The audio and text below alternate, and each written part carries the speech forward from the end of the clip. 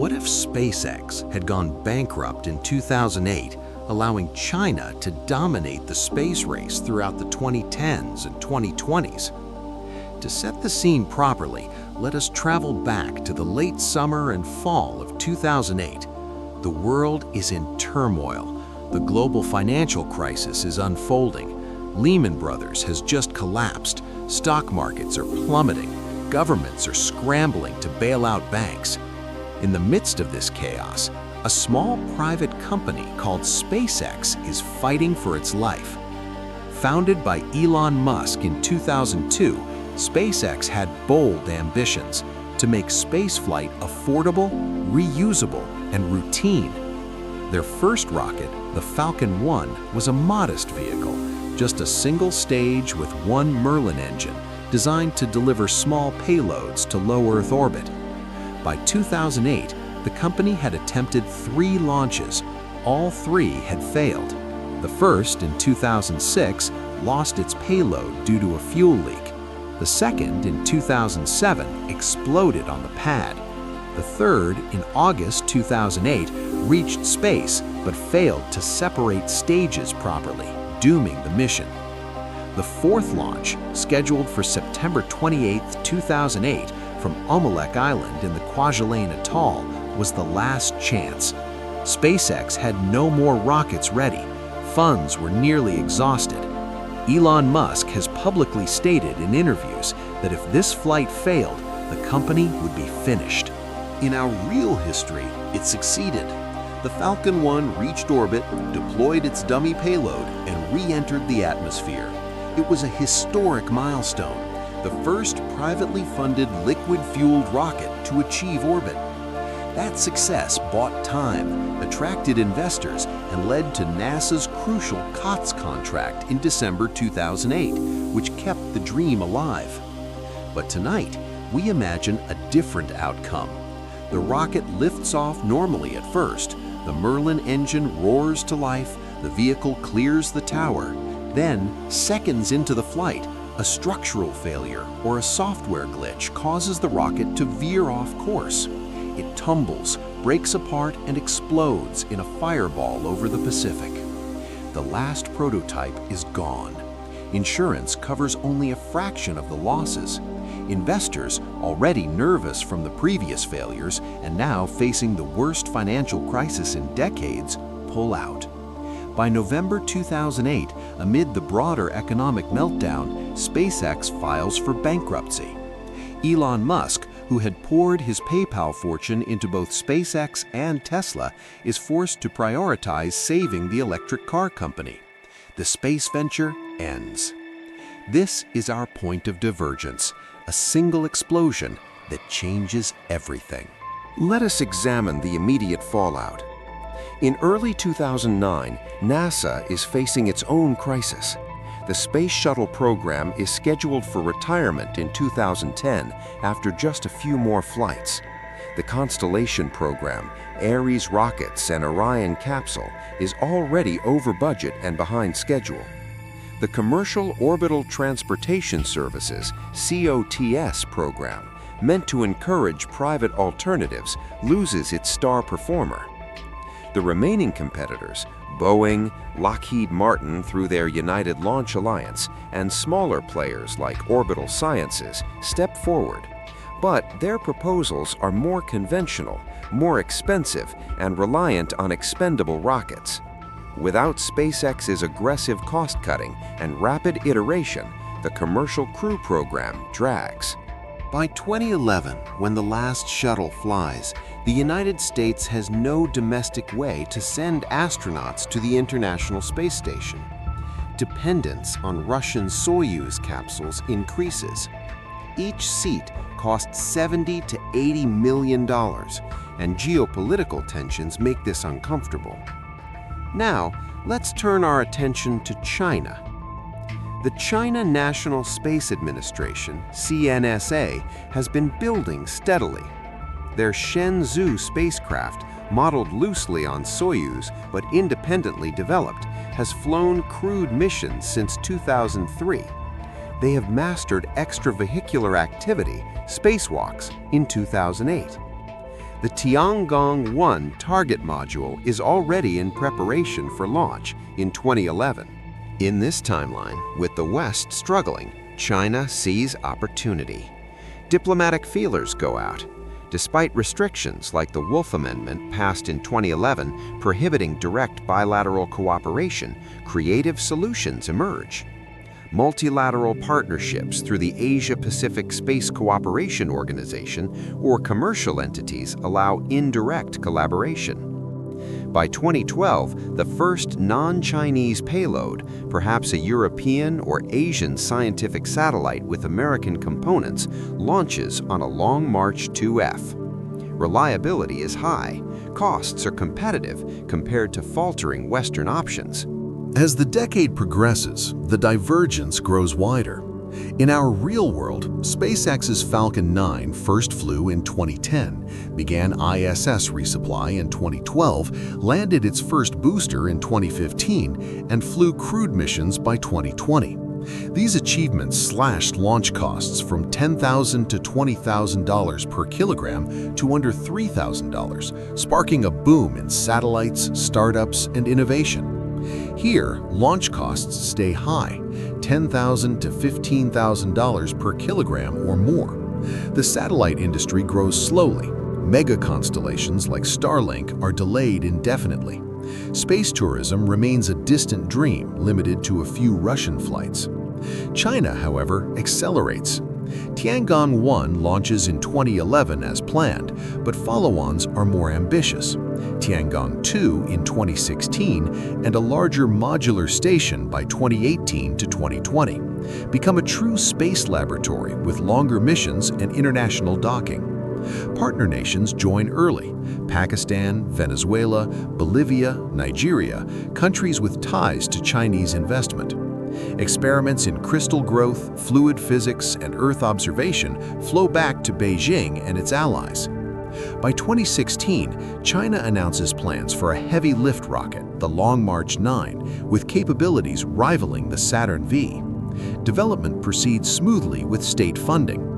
In the West, NASA's SLS faces endless delays.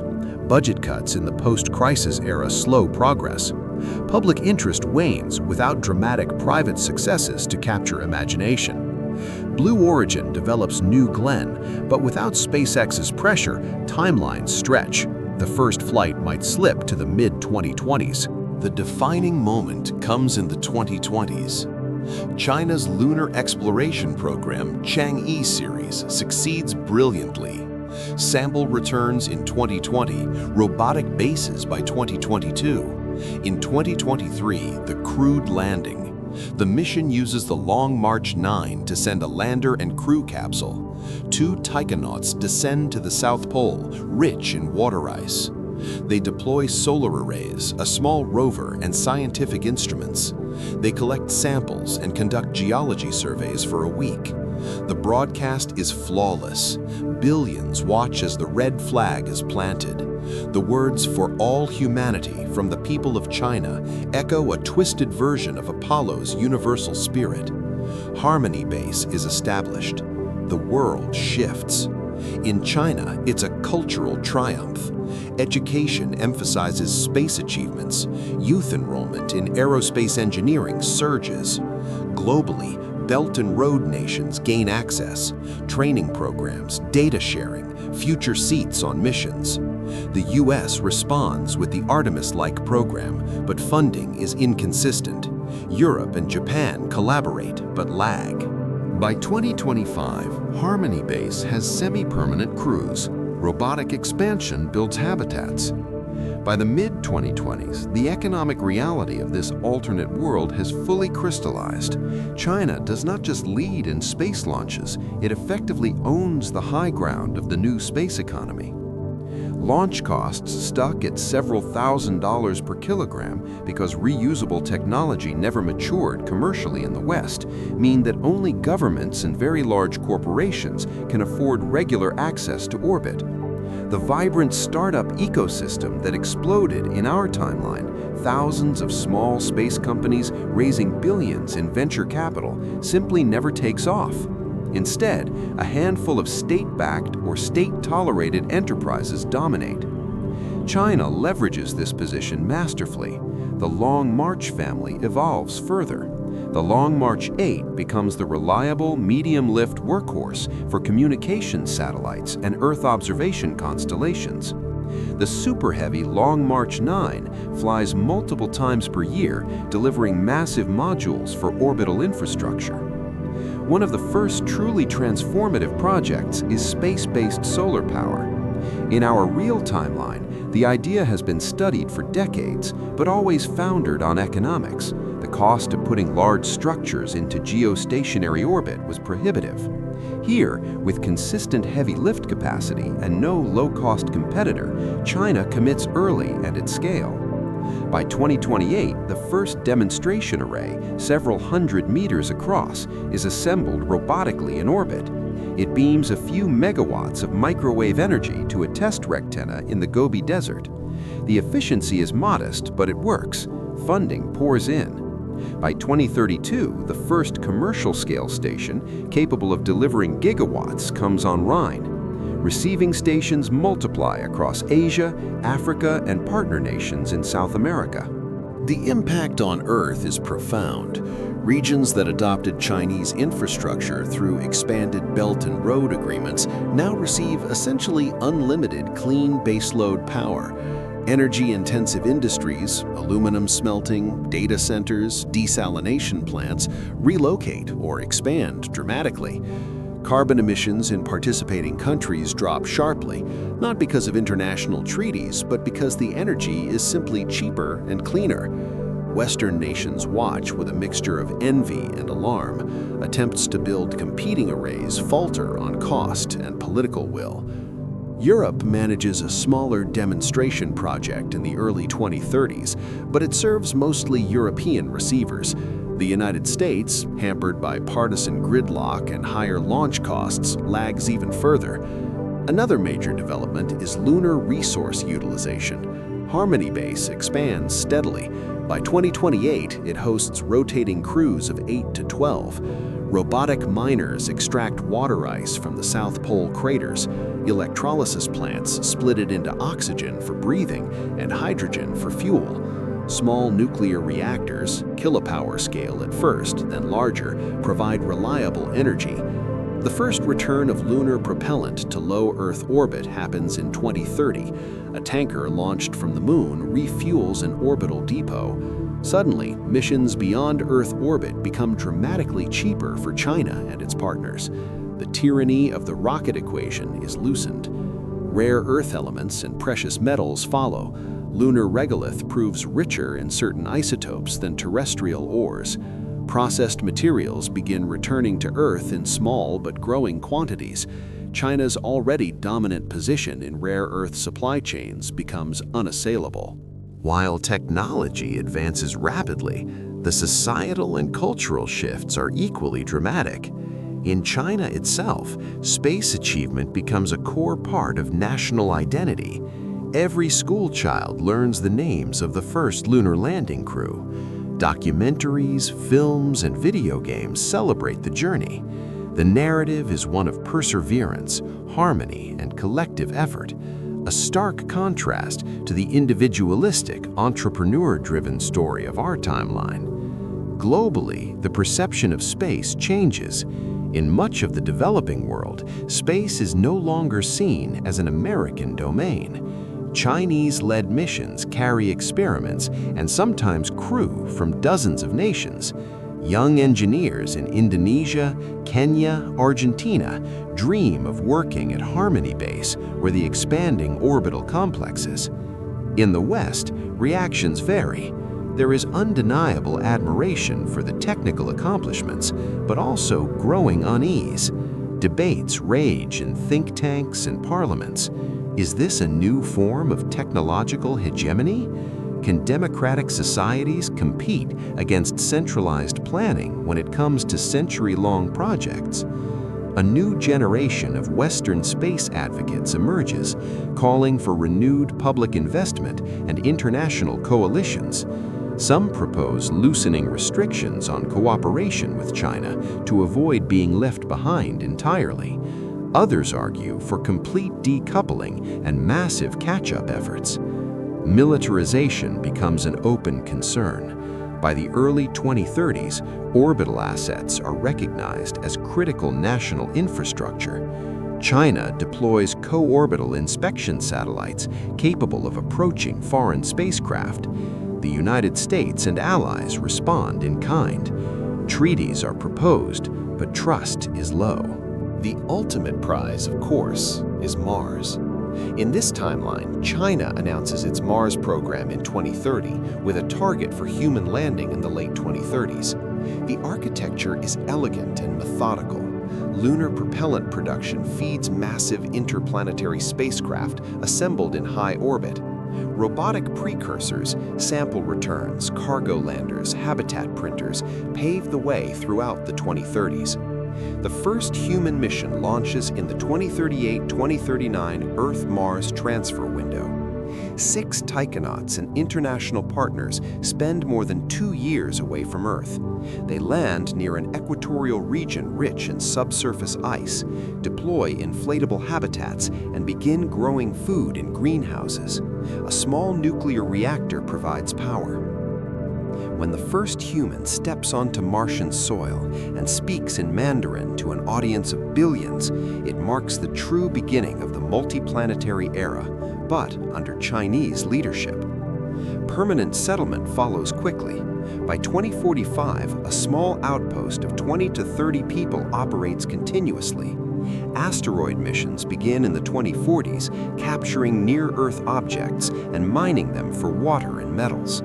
By 2050, humanity has outposts on the Moon and Mars, orbital power stations and resource depots throughout cislunar space.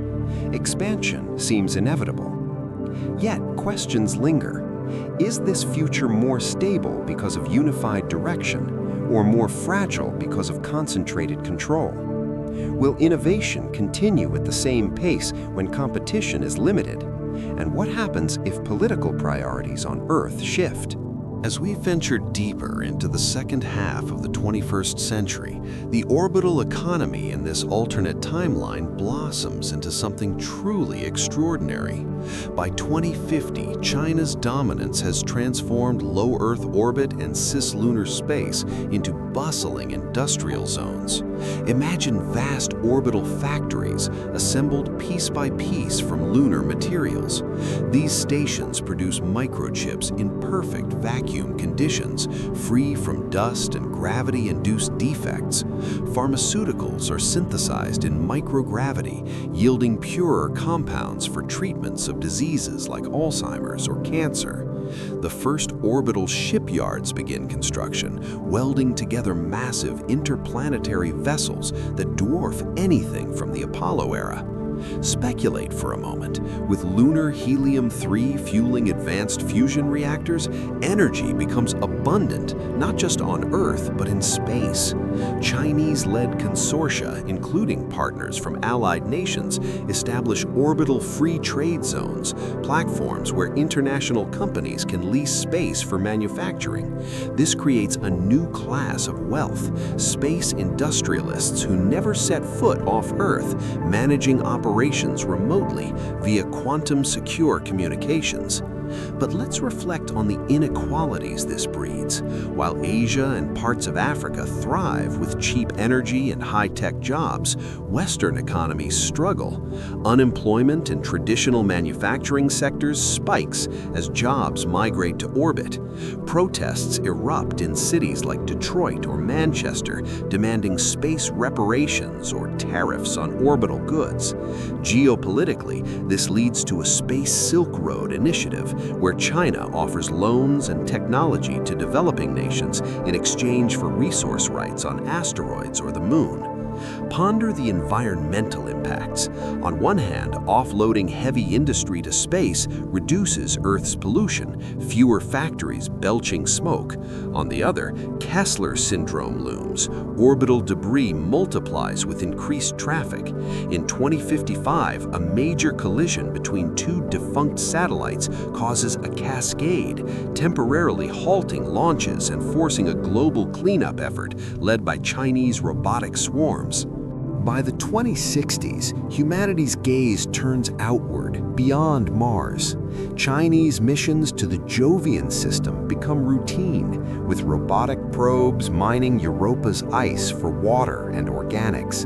The first human outpost on Callisto, Jupiter's moon, is established in 2065, a radiation-shielded base using local ice for protection and fuel.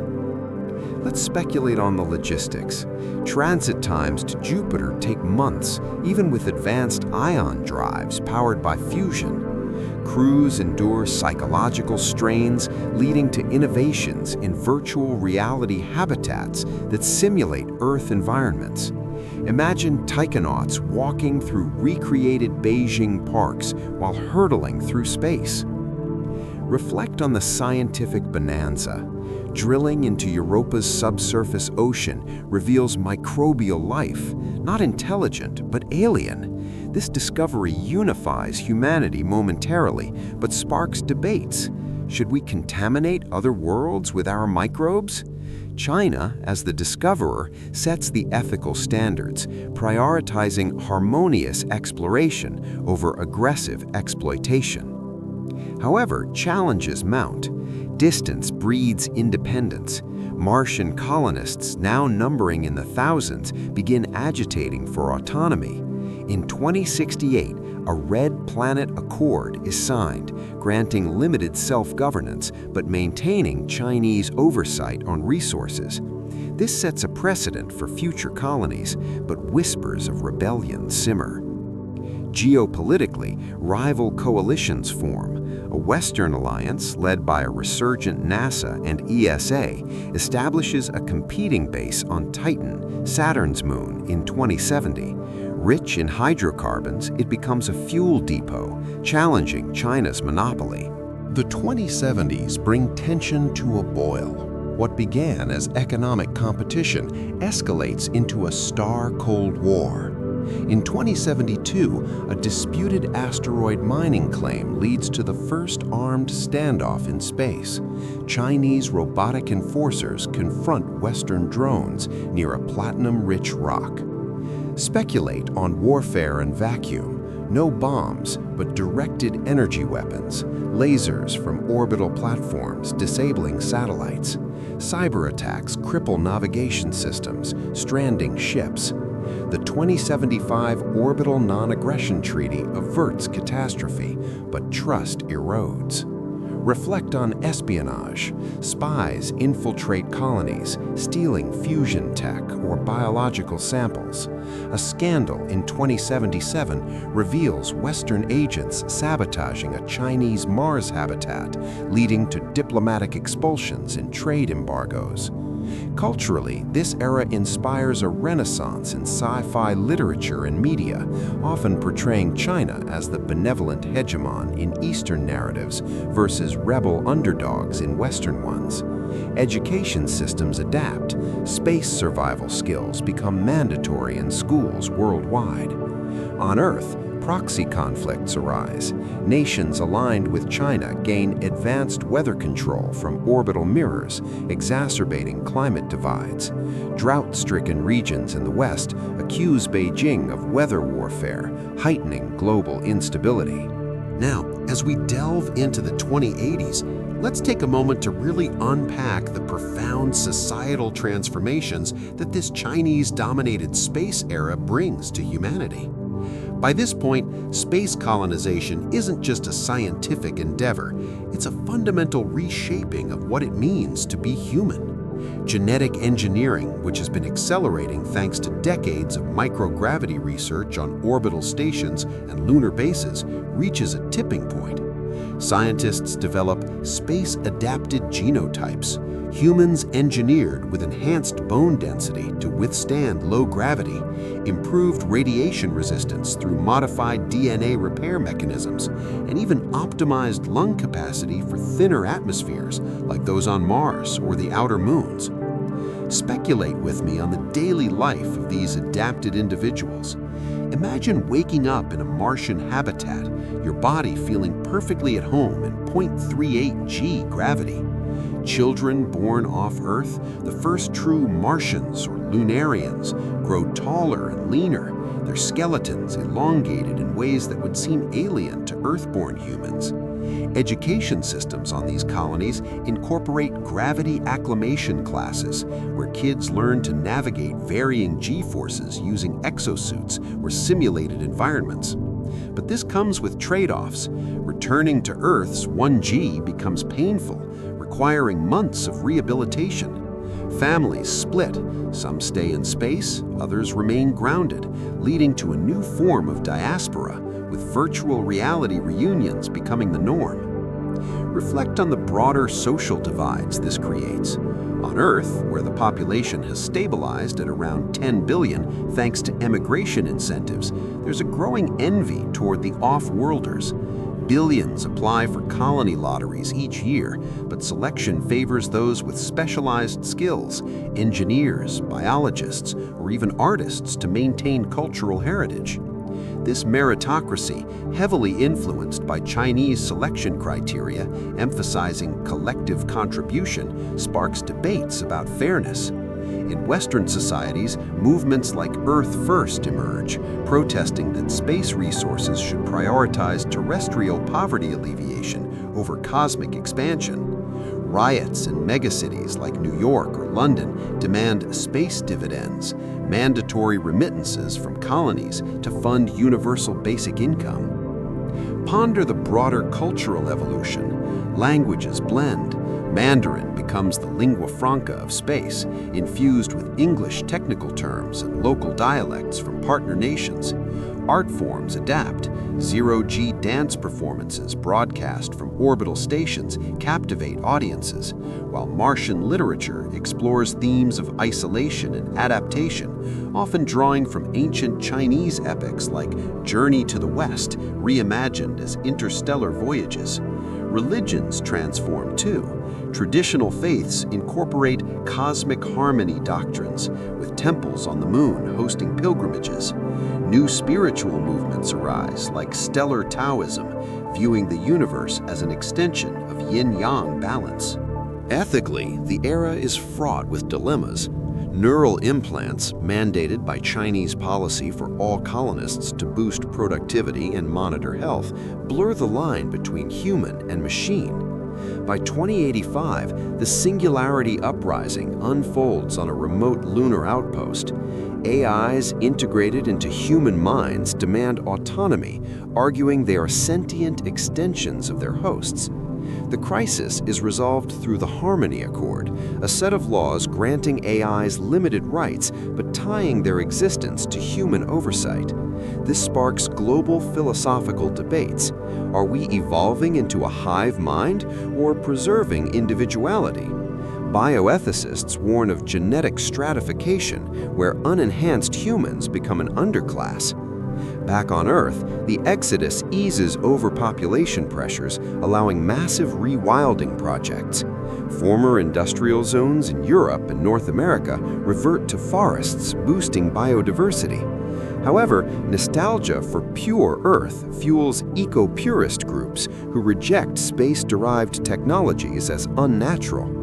In contrast, Asian megacities like Shanghai become hubs for terrestrial simulation, domed parks mimicking Martian landscapes for training emigrants.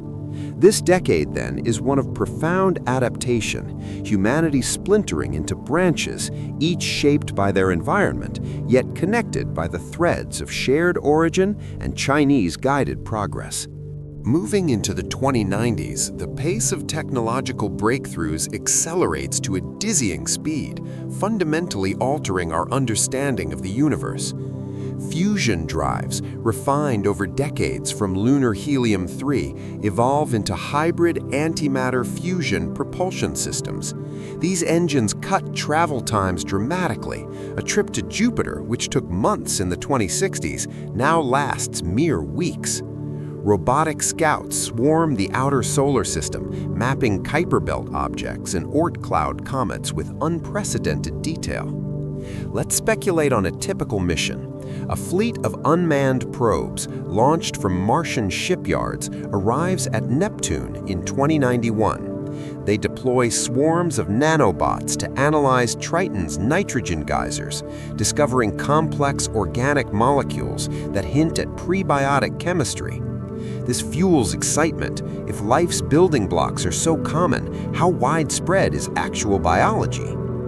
Reflect on the crown jewel of the decade, faster-than-light communication. Using quantum entanglement arrays built in the vacuum of space, signals travel instantaneously across light years. In 2092, the first quantum relay links Earth to Mars, then extends to Jupiter. Communication delays vanish. Colonists chat in real time with family on Earth, revolutionizing psychology and social bonds. But privacy concerns explode. Quantum networks are hack-proof in theory, but Chinese oversight means all data flows through central hubs, raising fears of total surveillance. Ponder the discovery of extraterrestrial life, which finally happens in 2095. A deep space probe to the Tau Ceti system, propelled by early antimatter drives, detects biosignatures on an Earth-like exoplanet. Closer to home, drilling on Europa in 2097 uncovers microbial ecosystems in its subsurface ocean, simple methane-based life forms thriving in eternal darkness. The announcement, made from Beijing's Space Command, unifies humanity in awe. Schools worldwide hold Life Day celebrations with holograms of the microbes projected in classrooms. But let's delve into the implications. Scientifically, it accelerates xenobiology. Labs on Ganymede culture these microbes, yielding breakthroughs in medicine, new antibiotics resistant to all known bacteria. Ethically, the Europa Protocol is enacted in 2098, designating certain worlds as protected biospheres, banning human landing to avoid contamination. This sparks controversy. Mining corporations argue for resource rights, while environmentalists hail it as cosmic conservation. Speculate on human enhancement reaching new heights. Gene therapies from space labs extend lifespans to 150 years, with rejuvenation clinics on orbital stations reversing aging. By 2099, the first centenarian taikonauts, veterans from the 2020s lunar landings, return to space, their bodies rebuilt.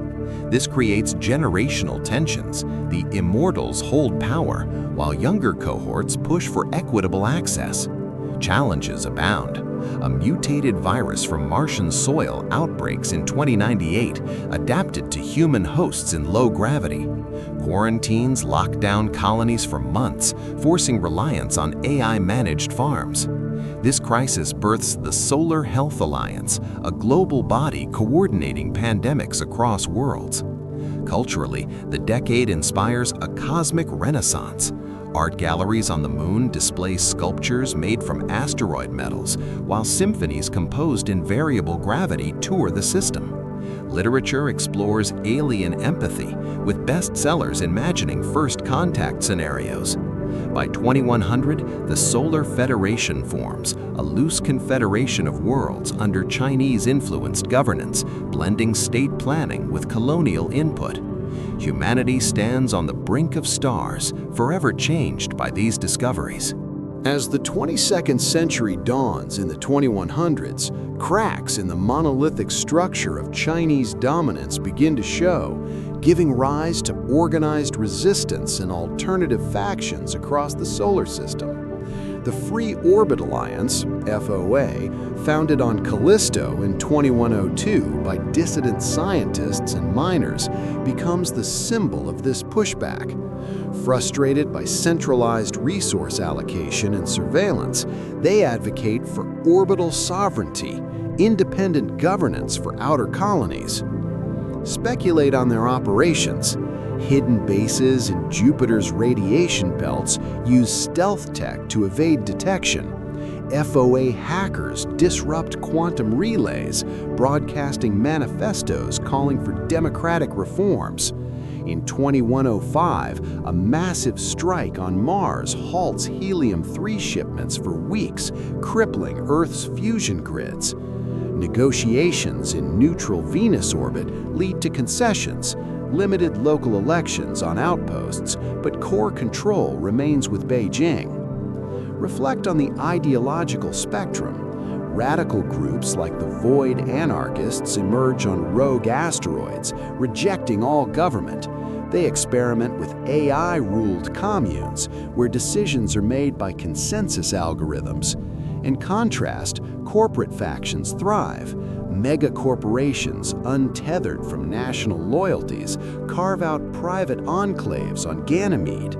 These corpo-states pioneer anarcho-capitalism, with economies based on blockchain currencies mined from space resources.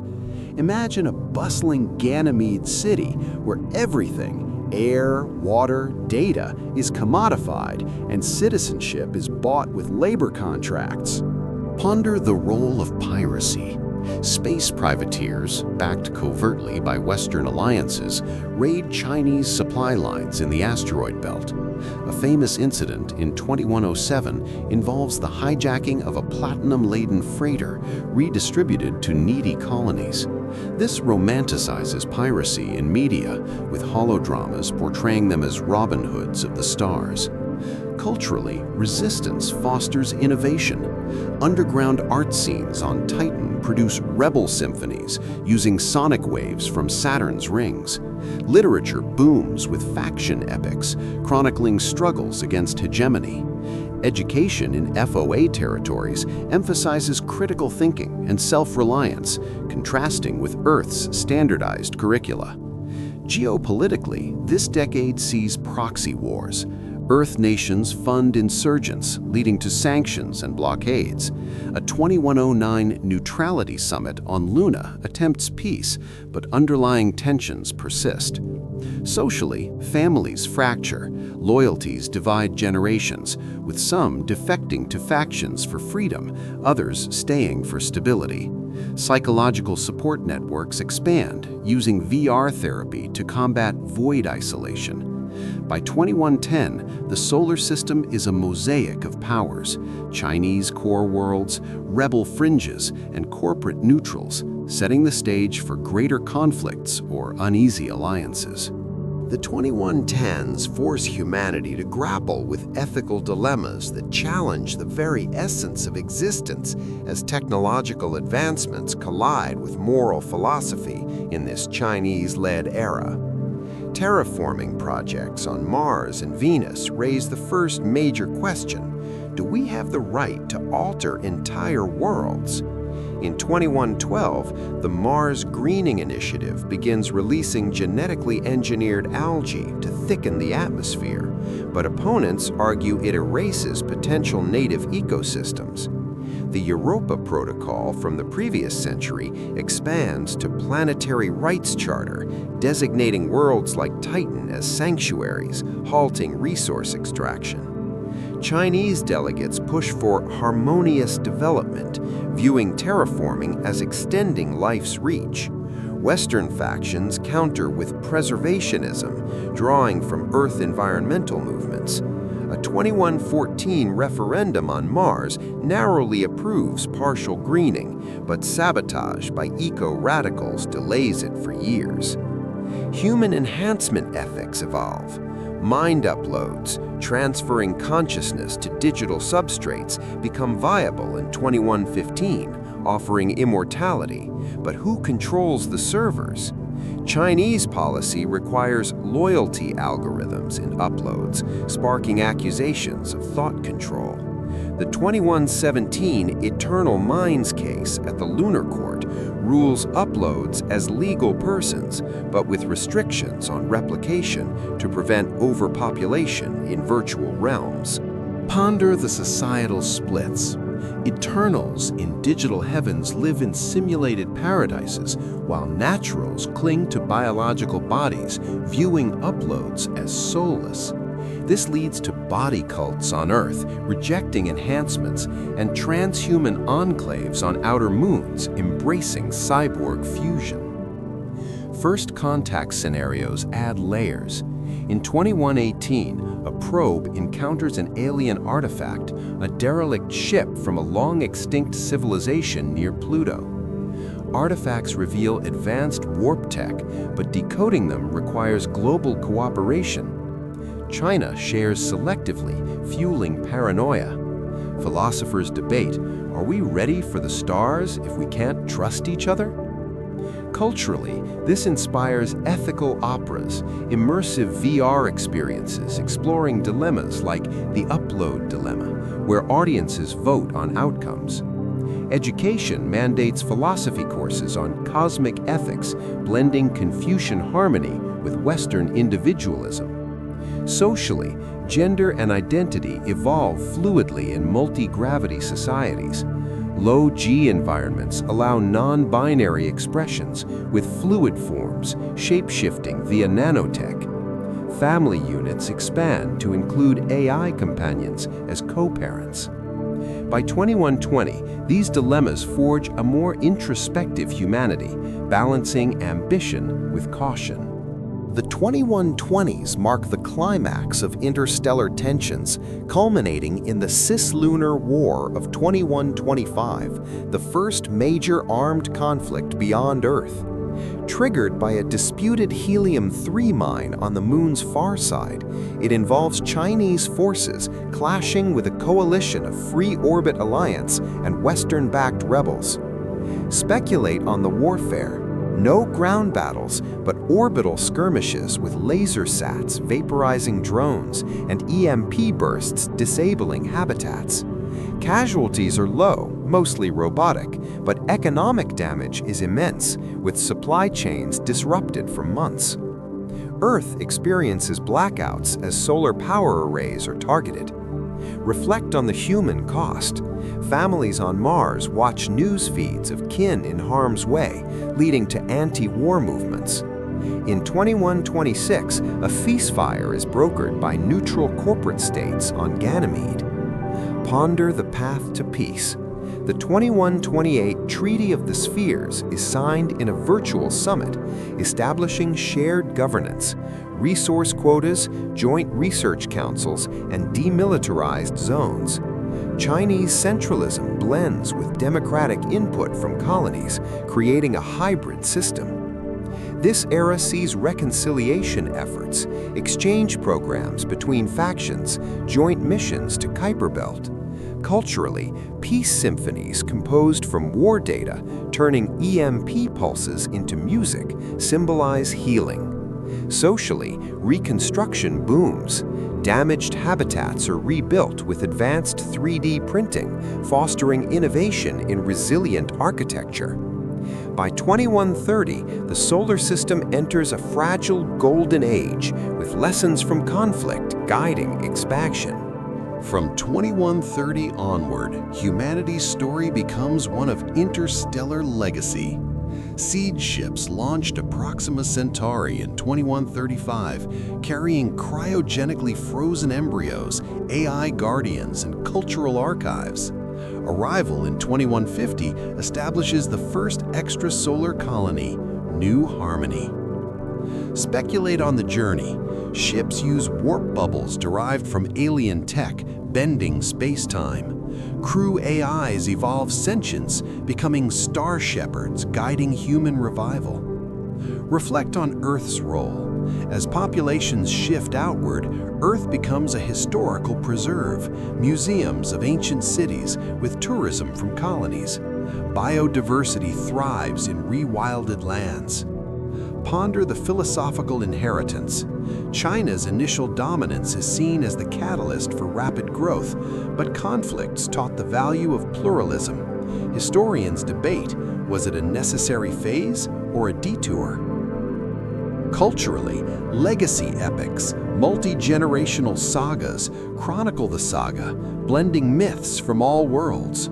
By 2200, humanity spans stars, a testament to resilience born from one alternate path. After 2150, this alternate timeline begins to branch into several distinct paths, each influenced by pivotal discoveries and choices. In one optimistic scenario, the Harmony Path, humanity establishes peaceful first contact with an advanced alien civilization near Proxima Centauri around 2160.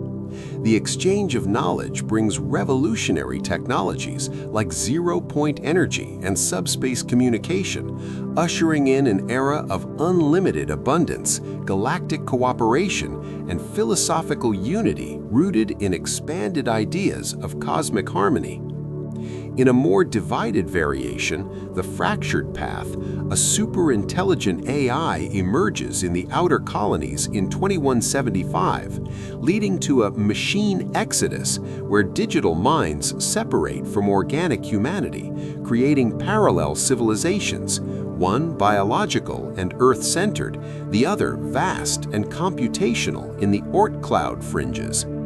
A third, more cautious branch, the Stasis Path, arises when ancient alien ruins warn of a great filter that destroys expanding civilizations. Fear halts aggressive growth, turning the solar system into a balanced, sustainable ecosystem focused on inner perfection rather than outward conquest. These diverging futures highlight how the initial Chinese dominance from 2008 could evolve into radically different outcomes: utopian alliance, technological schism, or deliberate restraint. This immense alternate history, spanning from a single failed rocket launch in 2008 to centuries of cosmic evolution, ultimately reminds us how fragile and contingent progress truly is. In our real timeline, SpaceX's survival sparked fierce competition, dramatically lowered costs, and kept space exploration open to diverse players, private companies, international partnerships, and bold innovators from all nations. In the alternate path we explored, centralized state power filled the void quickly and efficiently, achieving massive scale and rapid milestones, but often at the expense of individual freedom, open competition, and ideological diversity. The core lesson is clear: cherish the delicate balance between coordinated vision and chaotic, competitive creativity. Our current, messy, multipolar reality, with all its debates, delays, and rivalries, may be exactly what keeps the path to the stars dynamic, resilient, and truly human. Thank you for joining me on this extraordinarily long journey through one of the most fascinating what-ifs in space history. If it sparked your imagination or made you think, like, subscribe, share your thoughts in the comments, and hit the bell for more cosmic alternate histories. Until the next one, keep looking up.